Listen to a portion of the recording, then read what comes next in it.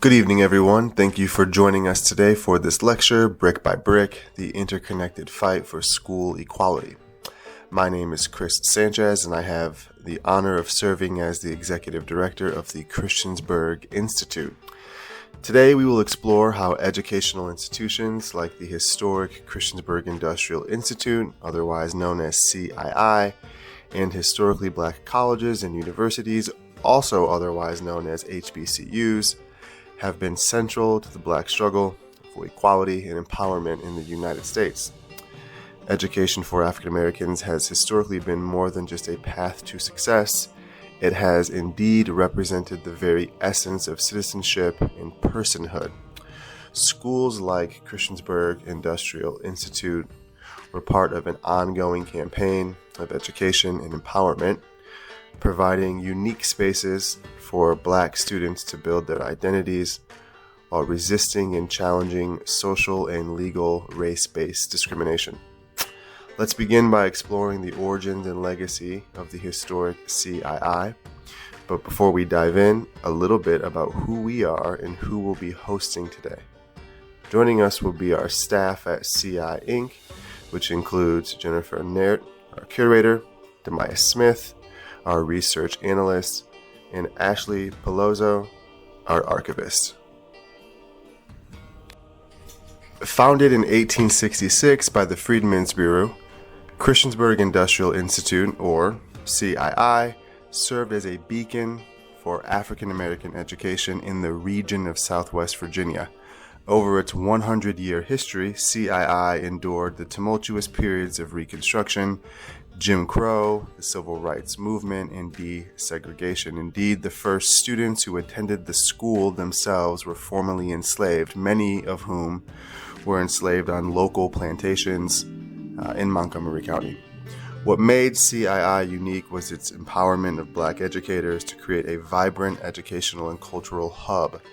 Today, that legacy continues through Christiansburg Institute, Inc., whose mission is to inspire community education, intergenerational empowerment, and the responsible stewardship of African American history and culture in Southwest Virginia, where in Christiansburg we operate a museum, digital archive, and cultural research center.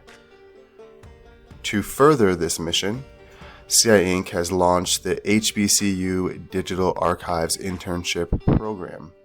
This paid remote internship provides students with HBCUs with critical skills in digital archiving, preservation, and historical research.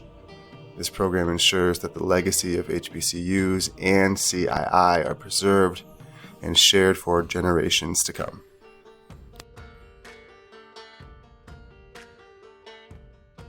The earliest schools for African Americans in the United States were founded by churches. These institutions provided not only education, but also a sense of safety and community in an otherwise hostile environment. After emancipation, African Americans established their own churches, which became the first spaces where black people could openly teach and learn. These churches were more than places of worship. They laid the foundation for educational institutions, blending theological studies with liberal arts to prepare leaders for both the church and society. Besides churches, the federal government and local communities established schools after the Civil War. In 1865, Congress established the Freedmen's Bureau, formerly known as the Bureau of Refugees, Freedmen, and Abandoned Lands.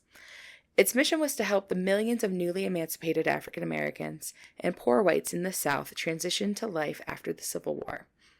The Bureau provided essential resources like food, housing, and medical aid, while also establishing schools and offering legal assistance. For many African Americans, education symbolized freedom, an emancipator in its own right. It represented a way to rise above the legacy of slavery, claim social and economic mobility, and achieve equality. Despite fierce opposition from Southern conservatives, who saw education as a threat to white supremacy, African Americans and their allies persisted, establishing schools across the South. Religious organizations continued to play a vital role in these efforts, as most early schools were funded by churches with minimal state or federal support. In 1866, Captain Charles Schaefer, an agent of the Freedmen's Bureau, arrived in Southwest Virginia with a mission to establish schools, churches, and support the systems for newly emancipated African Americans. By August of that year, he was renting a room in a log cabin from Nancy Campbell, an African-American seamstress who had been freed before emancipation. This school would eventually become what was known as Christiansburg Industrial Institute, or CII. His work wasn't isolated. He was a part of a broader coalition of African Americans in the region who were deeply invested in creating educational opportunities for their community. The path to education was not without resistance. From the very beginning, African Americans and their allies faced violent pushback. White mobs threatened to burn down schools, including those in Montgomery County. After enduring 2.5 centuries of enslavement, Black Americans embraced education, hard work, faith, and citizenship with incredible enthusiasm.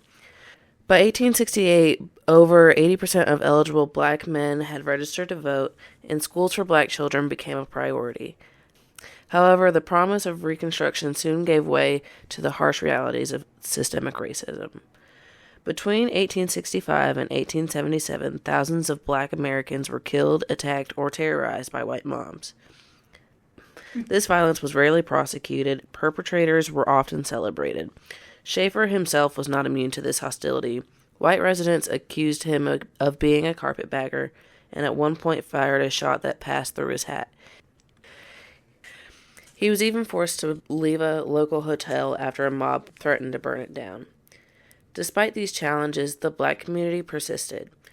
During a church service at First African Baptist Church, a white mob surrounded the building, threatening to burn it down unless the congregation dispersed.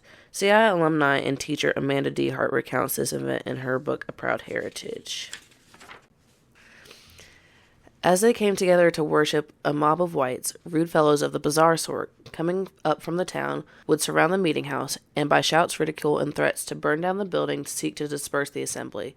The opposition finally became so alarming that the brethren, as a precautionary measure, brought their firearms to the place of worship and stacked them in a corner of the meeting house during service. The original log cabin Schaefer used quickly became too small for the growing number of students. In 1867, he worked with local African Americans to construct a new schoolhouse on Zion's Hill in Cambria.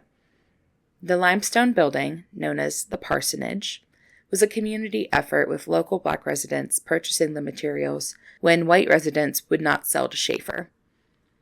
The Parsonage served as both the primary school during the week and a meeting house for Black Baptists on nights and weekends. By 1868, the school had 2 paid teachers and a host of African American community Sunday school teachers. 232 students attended school and services, including 85 adults who attended night classes after work. That same year, Schaefer deeded the property to a board of trustees composed of local Black leaders who were formerly enslaved. These men, including C. Minnis Hayden, Norville Curtis, and others, were entrusted with preserving the school and its mission, quote, for the use of the church and school forever. The school continued to grow over the next decades and was renamed Christiansburg Normal Institute. Its new mission was to train African American teachers, establishing a legacy of education and leadership. By 1885, the community had built 2 large brick buildings in Zion's Hill, including the Hill School, which stands today as Christiansburg Community Center, and First African Baptist Church, also an active church and congregation today known as Schaefer Memorial Baptist Church.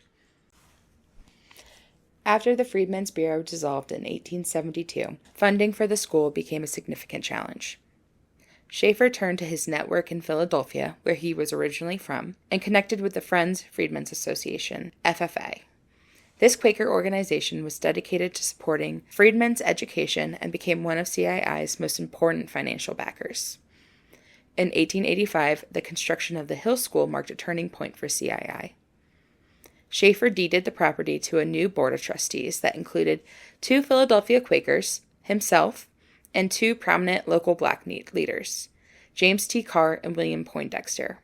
For the first time, though they've always participated, the African American community had official representation in the school's operations, creating a new level of organizational autonomy for African Americans in Montgomery County. This early history of Christiansburg Industrial Institute illustrates the power of education as a tool of resistance and hope. Against the backdrop of Reconstruction and the rise of Jim Crow, the school became a center of community and opportunity for African Americans in Middle Appalachia, a legacy that continues to inspire. Industrial education arrived alongside the first group of black teachers in 1887. At this time, industrial education was already being implemented at many African American schools nationwide. The motivations for this varied depending on who you asked. One of the most well-known advocates of industrial education was Booker T. Washington, founder of Tuskegee Institute in 1881, and later school supervisor to Christiansburg Industrial Institute. Washington believed that vocational training, focusing on skills like farming, carpentry, and blacksmithing, was a pathway to economic independence and respect for African Americans. For Washington, this pragmatic approach to racial uplift was shaped by the harsh realities of white supremacy. He saw industrial education as a way to foster cooperation between black and white communities by proving the value of African Americans to the Southern economy. This, of course, sparked significant debate. Critics like W.E.B. Du Bois argued that emphasizing industrial education came at the expense of broader political and civil rights, suggesting that it was too focused on accommodating white expectations. Quotes from some of the white supporters of industrial education do reveal their racist assumptions. Samuel C. Armstrong, the founder of Hampton Institute, where Booker T. Washington attended, believed that the main challenge for African Americans was what he called, quote-unquote, deficient character. His solution? A mix of manual labor and basic academics, which he felt would, quote, make them good Christians. However, not everyone saw industrial education in such narrow terms. Take, for instance, Fannie Jackson Coppin. Coppin was the first black principal of Philadelphia's Institute for Colored Youth, and she had an entirely different perspective. She herself was enslaved until she was 12 years old, and she viewed industrial training as a way to enhance, not replace, classical education. Her goal was to prepare the next generation of black professionals. Her vision included architects, engineers, and other skilled workers. Coppin's influence extended to Christiansburg Industrial Institute. Graduates from her school formed CII's first all-black teaching staff, and they made sweeping changes. They divided students into formal classes, they banned corporal punishment, and they expanded the school's facilities and curriculum to include more vocational training. These efforts transformed the school, and by 1891, it was officially named Christiansburg Industrial Institute. With this change came new technologies, such as the magic lantern, which we hold in our collections in the archives. Think of the magic lantern as an early version of a slide projector, like an ancestor to PowerPoint. The magic lantern, which was invented in 1650 by Dutch scientists, projected hand-painted images onto walls by using candlelight. We have one of these lanterns in our collection, and it's believed to have been used by the Hill School, one of the early sites of CII. So with industrial education and innovative teachers and leaders, CII laid a foundation that shaped not only the school, but also the community that it served. In 1895, Booker T. Washington became the supervisor of Christiansburg Industrial Institute, otherwise known as CII, marking the start of a big expansion. The Friends Freedmen's Association hired Washington to turn CII into a school similar to Hampton or Tuskegee. Though smaller, it should be no less perfect in what it was designed to do. With this goal, Washington and a team of Tuskegee-trained, all-black staff moved the school 2 miles away to a former plantation, transforming it into a 175-acre campus with dorms, classrooms, industrial buildings, and a working farm. Washington appointed Charles Marshall as principal, and together they built up the school despite facing some serious challenges. Marshall remembered his first 10 years as especially tough. They stretched resources to buy a farm with depleted soil, and CII's original founder, Schaefer, who opposed vocational education, still held influence among the local black community. Enrollment dropped from 240 to 100 students in 1 month. Teachers weren't paid salaries for several years so that the funds could go towards restoring the soil and supporting the school's basic needs. Over time, though, Marshall and his teachers gained the community's trust and enrollment rose. The farm flourished and the school produced successful graduates. CII became a vital community asset, offering not only education but also agricultural and home demonstrations and later home health services. The students at Christiansburg Industrial Institute weren't just hitting the books. They were hands-on in building the very campus they studied on. As part of their education, they participated in running the campus and constructing its buildings. For example, they made the bricks used in structures like Bailey Morris Hall. But this wasn't without challenges. The school's minutes tell a troubling story about white laborers hired to assist with construction. These workers were caught sabotaging the students' work by deliberately shifting brick lines, causing the walls to lean and jeopardizing the building's stability. This act of sabotage is a stark reminder of the pervasive racism African Americans faced even in educational settings. By 1927, the campus had grown significantly with the completion of the Edgar A. Long Building, the only campus building named after an African American. At this point, the campus covered over 185 acres, including 15 main buildings. These included dormitories, classrooms, barns, silos, and trade buildings. The dormitories were particularly important, allowing students from across the eastern seaboard to attend CII. Some came from nearby counties like Grayson County, just 50 miles away, while others traveled as far as New York City, Philadelphia, and Kentucky. At least one student came from another country. For many of these students, attending CII meant leaving their families and either boarding on campus or living with host families in Christiansburg. The historic Christiansburg Industrial Institute was not just a school. It was a lifeline for the surrounding African American community. The school and its staff went beyond academics, working to improve the daily lives of local families. Essentially, it functioned like an extension service, providing public demonstrations on topics like modern farming techniques, canning and food preservation, sewing, and other practical skills. These efforts helped families increase their self-sufficiency and improve their quality of life by controlling their labor and what they produced from their labor. In the 1920s, the school expanded its impact by training female students in nursing. They even opened a short-lived hospital on campus with the first interracial staff in the region. Nursing students traveled throughout the community, providing basic medical care and teaching families how to maintain healthier homes to prevent disease and infection. A key example of CII's community involvement is this trophy, awarded to the colored farmers of Montgomery County at the Roanoke Fair in the year 1915. This tells an important story. When the Great Roanoke Fair was established in 1902, African Americans were excluded from exhibiting their work. It was not, in fact, until 1910, after persistent advocacy from Black leaders and educators like CII principal Edgar Allan Long and attorney A.J. Oliver, that African Americans were allowed to participate in segregated competitions. By 1915, Colored People's Day became a key event during the fair, providing African American farmers, craftspeople, and homemakers with a platform to showcase their skills and contributions. CII played a central role in organizing this participation, reflecting Booker T. Washington's philosophy of helping people help themselves.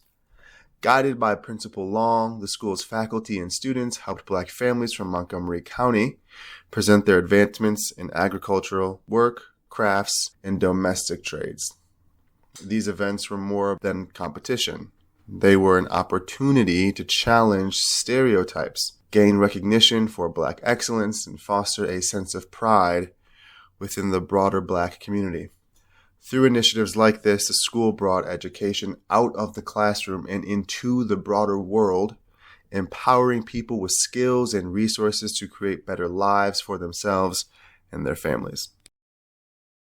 Booker T. Washington's death in 1915 coincided with two significant developments: the emergence of the Black middle class and the contributions of Black service members in World War I. These changes shaped the trajectory of African American education and society in profound ways. First, let's talk about the Black middle class. The early mission of schools like Christiansburg Industrial Institute was working. By the 1920s, a growing number of Black professionals, clergymen, teachers, physicians, lawyers, and dentists had emerged. These individuals represented a new middle class, and naturally they wanted schools that would prepare their children for similar careers. This shift influenced the goals and curriculum of African American schools, which began emphasizing broader academic preparations alongside vocational training. At the same time, World War I broke out. Black men and women supported the war effort in remarkable ways. Around 700,000 black men either volunteered or were drafted into the military and sent overseas, where many experienced a level of freedom in Europe that they had never known at home. But returning to the United States was a harsh reality check. They came back to legal discrimination, violence, and a sharp increase in lynchings. White America met their calls for equal treatment with brutal opposition. For many, this confirmed that Booker T. Washington's philosophy of accommodation, focusing on vocational training to gain acceptance, was no longer enough. They had argued that African American schools needed to prepare a new generation of leaders to fight for civil rights and social justice. By the mid-20th century, the economy was shifting. Mass production was on the rise, which introduced demand for traditional trades like carpentry and blacksmithing. CII adapted by introducing vocational programs that reflected these economic changes. New courses prepared students for jobs in barbering, beauty culture, landscaping, and janitorial services, fields that matched the evolving job market and local needs. Principal Walker recognized that some of these programs might seem unconventional for a school.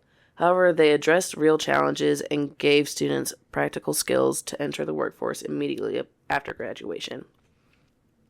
One standout program was in beauty culture. This program created new opportunities for black women to earn a living, often through self-employment. Beauty culture offered an alternative to domestic work, which was not only physically demanding, but also poorly paid and fraught with risks, including higher rates of sexual violence. By learning cosmetology, women could build safer, more financially stable careers, empowering them to support themselves and their families. In this way, CII continued its mission of preparing students not just for jobs, but for independence and dignity in a society that often denied them both. By 1939, CII could no longer consistently count on funding from the Friends Freedmen's Association. The FFA faced declining membership, and its existing members felt the impact of the Great Depression. They also increasingly believed that it was the responsibility of the locality to support African American education. In 1947, the Friends Freedmen's Association, which had supported the school for so long, deeded it to Montgomery County Public Schools. The county sold over 100 acres of the school's farmland, and in 1950, the name was changed to Christiansburg Institute, reflecting a departure from its earlier industrial focus. Christiansburg Industrial Institute's leadership became increasingly politically active after the death of Principal Edgar A. Long in 1924. His successor, Abraham Walker, served as principal from 1925 to 1942. Walker was a graduate of Virginia State University and an original founder of the Montgomery County-wide League. This organization was dedicated to improving black religious and educational facilities across the county, and it achieved many successes during the 1950s, including purchasing school buses to enhance access to education. Principal Leslie Giles, who led the school from 1943 to 1955, took political involvement even further. He worked closely with teachers and local leaders to register black voters in Montgomery County. Through his tenure, he helped pay poll taxes, a common barrier used to suppress black voting rights at the time. CII's faculty also included figures who embodied a growing intellectual and cultural shift among African Americans. One example is St. Clair Drake, who taught at CII from 1932 to 1935 after graduating from Hampton Institute. Drake was a part of a generation of students and educators who rejected the Hampton-Tuskegee emphasis on industrial education in favor of a modernized curriculum that emphasized racial pride, intellectual freedom, and liberal arts education. Drake actively encouraged students to engage with the pressing social and political issues of the time. In 1936, he recounted how CII students participated in a national-wide movement to protest lynchings. Gathered around a half-mast flag, they pledged support for the Costigan-Wagner Bill, which sought to make lynching a federal crime. The students then sent a telegram of protest and dispersed, singing the powerful spiritual. Oh, freedom.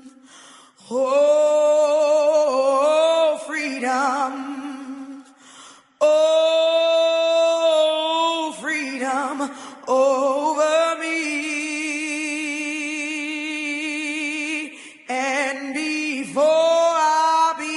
slave. I'll be buried in my grave and go home to my Lord and be free. Oh, freedom. Oh, freedom. Freedom. Students at CII were shaped by the New Negro movement, a cultural and intellectual revival in the 1920s and 30s that celebrated Black heritage and rejected racist stereotypes. Leaders of the movement called for the rejection of the servile, old Negro image in favor of the new Negro, someone who is independent, confident, and successful. CII embraced this philosophy, encouraging students to embody dignity and pride. The school enforced dress codes to ensure students presented themselves neatly and organized social events like dances, parades, fashion shows, and activity showcases to foster a sense of confidence and community. One such student who exemplified this shift was Percival Prattis. Born into Philadelphia in 1895, Prattis was one of the northern youths that philanthropists worried would, quote, drift into slum life, end quote, if not sent to southern schools like CII to build character while learning a trade. Prattis enrolled at CII as a boarding student from 1908 to 1912. Initially a city boy, as Long referred to him, he quickly adapted to rural life, excelling at the school's farm. Principal Long noted that Prattis's aptitude for farm work led him to take charge of the dairy cows. After graduating, Prattis studied dairy at Hampton Institute, but he ultimately discovered that his passion wasn't there, and instead he wanted to study journalism. He transferred to Ferris Institute, which had more of a traditional curriculum, where he graduated a year later. World War I temporarily interrupted Prattis's career plans. Like 700,000 other African American men, he served overseas, becoming a battalion sergeant major in the 813th Pioneer Infantry. Stationed in France, he experienced firsthand the contrast between the relative freedom abroad and the persistent racism back home. Upon returning to the United States, Prattis faced the same discrimination that Black veterans across the country encountered, dashing hopes that military service would lead to equality. Despite these challenges, Prattis became an influential journalist and newspaper editor. He served as an editor for major African American newspapers, including the Associated Negro Press, the Chicago Defender, and the Pittsburgh Courier. These are newspapers with huge publication numbers. His Army experiences gave him a global perspective, which he brought to journalism, highlighting the fight for African American employment opportunities in education, sports, and beyond.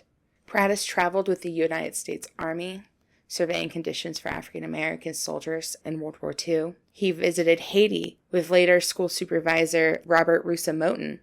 In 1948, Prattis was the first African-American journalist allowed entrance into the United States Congress's press gallery. Through leaders like Walker, Giles, Drake, and alumni like Prattis and many others, CII became a beacon of intellectual growth, cultural pride, and social activism, preparing its students to challenge the racial injustices of their time. Once Christiansburg Institute transitioned to public funding under Montgomery County Public Schools, MCPS, its Black administration faced significant challenges. Their autonomy was curtailed, and many requests for campus improvements were denied. The gap left by these denials were partially filled by the Montgomery County-wide League, which continued to advocate for and provide resources to support the school. Despite these obstacles, Christiansburg Institute played a crucial role in the activities of the Virginia Interscholastic Association, VIA. The VIA was established to provide African American high school students in Virginia with opportunities in athletics, arts, academics, and leadership. Even after the landmark 1954 Brown v. Board of Education decision, racial, social, and economic barriers continued to prevent CI students from competing against their white counterparts in the segregated Virginia High School League. From 1954 to 1969, over 100 segregated African American schools, including CI, participated in VIA events. These activities provided a vital platform for approximately 40,000 Black students to compete and excel. The VIA fostered a sense of pride, achievement, and unity within Virginia's African American communities during a time of systematic exclusion. The fight for equal education extended beyond the classroom. Christiansburg Institute became the center of one such battle in the 1947 case of Mahatma Corbin versus County School Board of Pulaski County. The case was spearheaded by Dr. P.C. Corbin, a CI parent who argued that his son Mahatma and other Pulaski County students attending CI were denied equal education opportunities compared to whites. The NAACP Legal Defense Fund, led by Howard University-trained attorneys Oliver Hill and Spotswood Robinson, represented the Corbins. The initial ruling in Virginia federal court found no discrimination, claiming poor quality schools existed for poor white students as well. However, on appeal, the U.S. Fourth Circuit Court of Appeals overturned this decision, citing a violation of the 14th Amendment's Equal Protection Clause. The court emphasized that racial discrimination in education must be eliminated.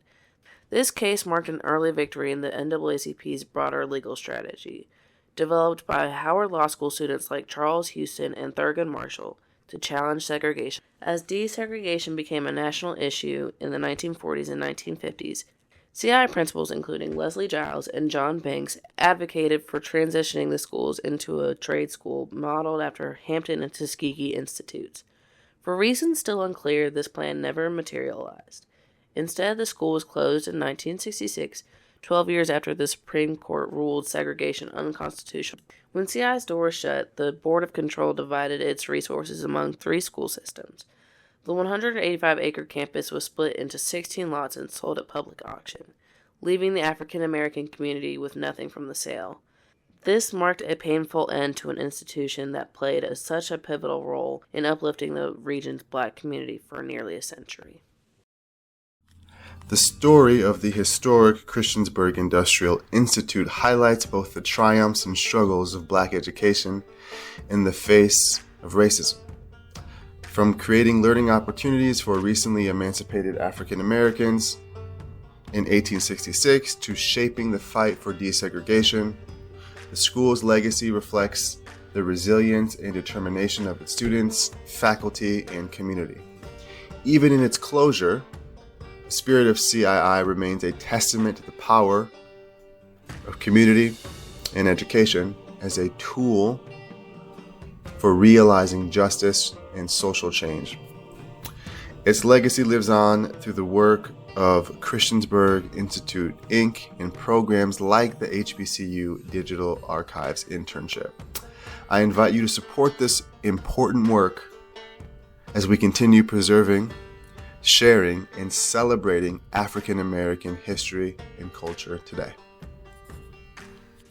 Thank you so much for joining us today during Black History Month for this special presentation titled Brick by Brick, the Interconnected Fight for School Equality.